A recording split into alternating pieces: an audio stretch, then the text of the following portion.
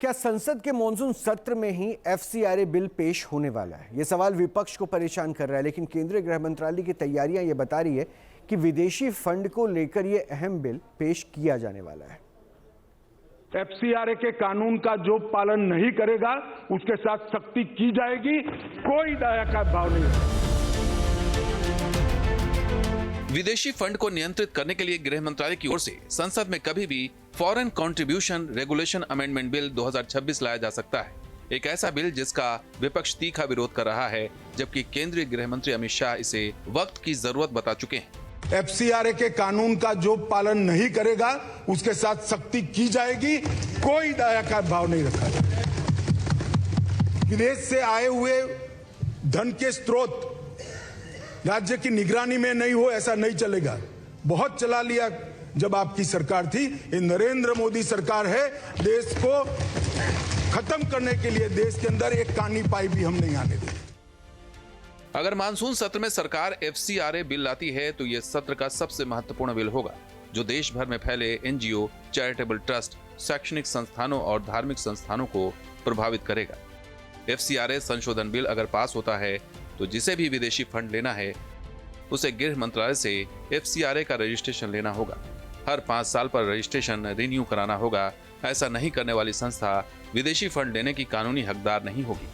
सरकार का साफ कहना है कि विदेशी फंड लेने पर कोई रोक नहीं है, लेकिन ये कानून के तहत होना चाहिए और जिस मद में फंड लिया जा रहा है उसी मद में इसका इस्तेमाल होना चाहिए।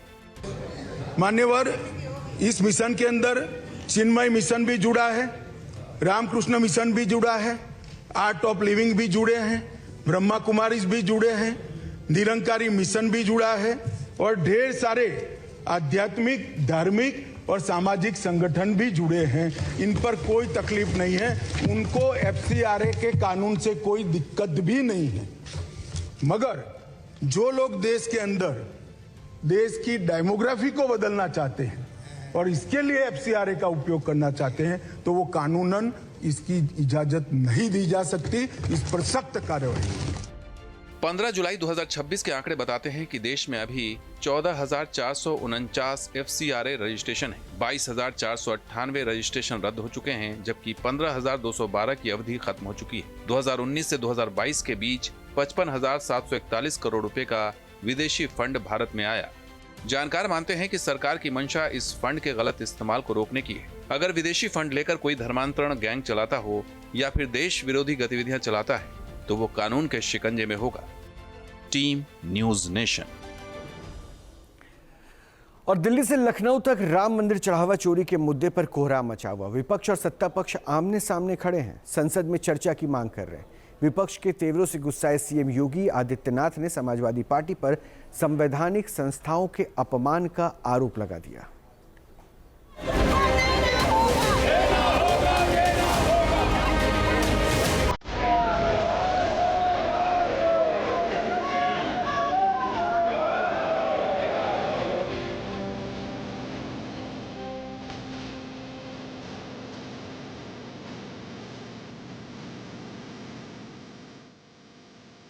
संसद से लखनऊ विधानसभा तक चढ़ावा चोरी के मुद्दे पर पुरजोर सियासत हो रही है।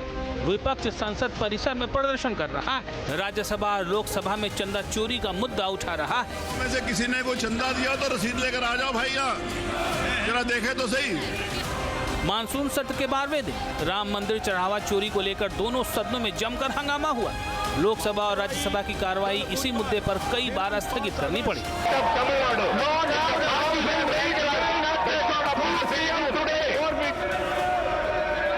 कल 5 अगस्त 2026 को प्रातः 11 बजे तक के लिए स्थगित की जाती है। राज्यसभा में नेता विपक्ष मल्लिकार्जुन खड़गे और संसदीय कार्य मंत्री किरण रिजिजू के बीच इसी मुद्दे को लेकर जोरदार बहस हुई। बाहर भी हंगामा करते हैं या चले नहीं देते। खड़गे ने पूछा कि ईडी, सीबीआई और दूसरी केंद्रीय जांच एजेंसियां कहां हैं? सरकार को सदन में इसका जवाब देना चाहिए। खड़गे के तीखे जुबानी वार पर संसदीय कार्य मंत्री ने पलटवार किया। कहा, पहले भगवान राम का अपमान करने के लिए देश से माफी मांगिए, उसके बाद सरकार से जवाब मांगिएगा। और उसमें जो बहुमूल्य भेंटों, नगद दान, जमीन खरीद और प्रबंधन को लेकर गंभीर आरोप सामने आए हैं। ये करोड़ों श्रद्धालुओं की आस्था की विषय है। ED, CBI, income tax department और अन्य केंद्रीय जांच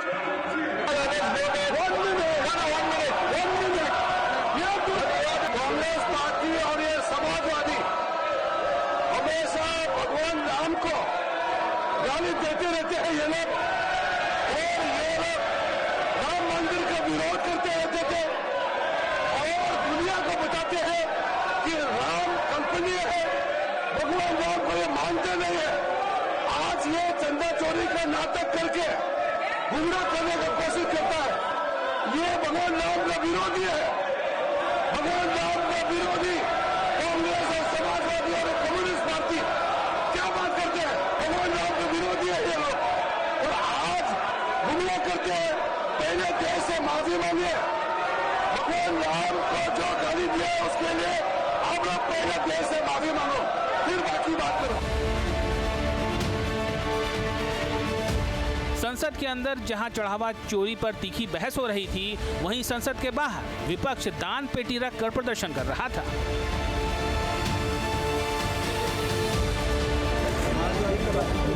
समाजवादी पार्टी के सांसदों ने डोनेशन बॉक्स रखकर अलग से प्रदर्शन किया। अखिलेश यादव ने दान पेटी में पैसे डाले और चंदा चोरों पर एक्शन की मांग की। जुड़ा हुआ मुद्दा है, पूरे देश के लोगों की आस्था से जुड़ा हुआ मुद्दा है और कहीं ना कहीं जो ये चोरी हुई है, दान पात्र की चोरी, धातुओं की चोरी, चंदा की चोरी, तो ये कहीं ना कहीं मैं समझती हूँ हर आम लोगों में आक्रोश है इस बात का। साधु को चोर दिखाना, एक साधु को घसीटना, साधु को मारने की कोशिश करना पार्लियामेंट के प्रांगण में किया जा सकता था क्या? आप सोचिए, केवल हिंदुस्तान नहीं विश्व जल उठता।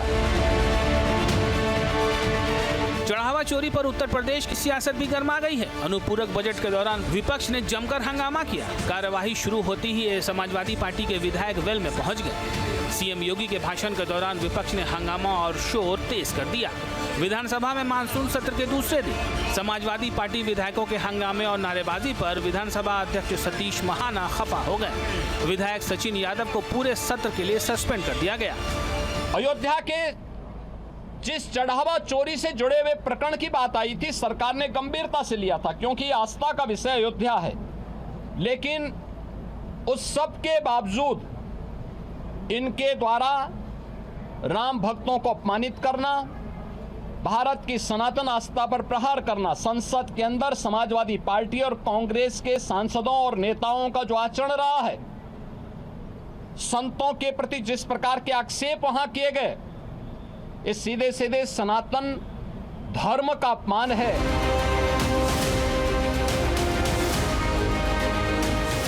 सीएम योगी आदित्यनाथ ने समाजवादी पार्टी की तरफ से किए जा रहे हंगामे, विरोध प्रदर्शन और सदन के अंदर प्ले कार्ड लहराने को अलोकतांत्रिक कदम करार दिया। योगी बोले कि जो पार्टी हल्ला बोल पर यकीन करती हो, वो संवैधानिक संस्थाओं का सम्मान क्या करेगी।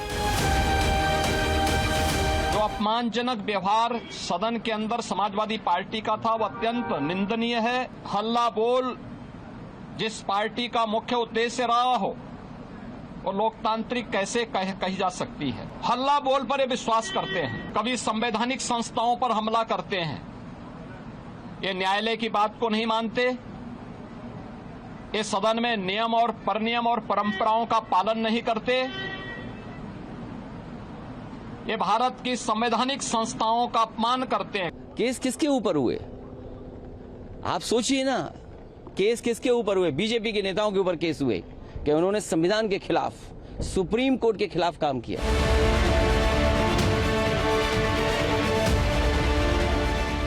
यूपी विधानसभा हो या देश की सबसे बड़ी पंचायत, राम मंदिर चढ़ावा चोरी के मुद्दे पर विपक्ष का प्रदर्शन लगातार जारी है। संसद का कामकाज सुचारू रूप से नहीं हो पा रहा है। मानसून सत्र के पिछले 12 दिनों में सदन की कार्यवाही कई बार स्थगित करनी पड़ी है।